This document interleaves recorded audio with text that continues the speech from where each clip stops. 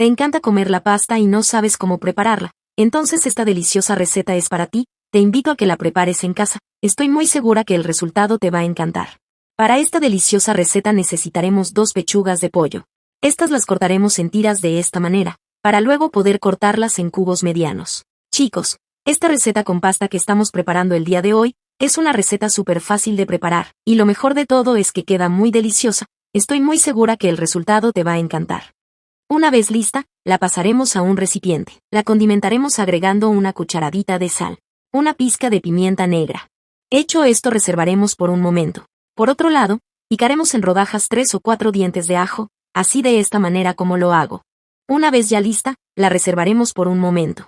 También cortaremos finamente un poco de perejil fresco.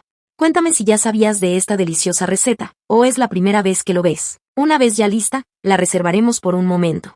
A continuación, agregaremos una cucharadita de sal en una olla con agua hirviendo.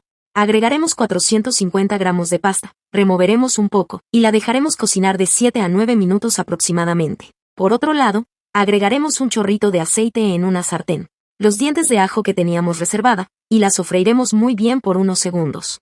Y una vez que ya estén de esta manera, agregaremos las pechugas de pollo, y las doraremos muy bien por unos minutos. Y cuando las pechugas estén de esta manera, añadiremos una cucharadita de orégano, el perejil picado que teníamos reservado, una cucharadita de paprika, y removeremos muy bien hasta incorporar todos estos ingredientes por completo. En este momento me encantaría saber de qué país o ciudad miras nuestras recetas, para poder mandarte un saludo muy especial en la próxima receta.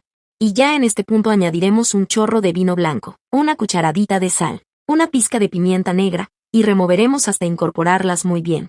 Esto lo dejaremos cocinar de 4 a 5 minutos aproximadamente. Mientras tanto, retiraremos la pasta de la estufa, y retiraremos el excedente de agua. Una vez hecho esto, agregaremos toda la pasta en la sartén, y removeremos muy bien hasta incorporarlas. Si has llegado hasta aquí viendo la receta de hoy, es una señal de que te está gustando esta deliciosa receta. Si es así, déjanos aquí debajo el siguiente mensaje: me encanta la pasta, para poder mandarte un saludo muy especial en la próxima receta.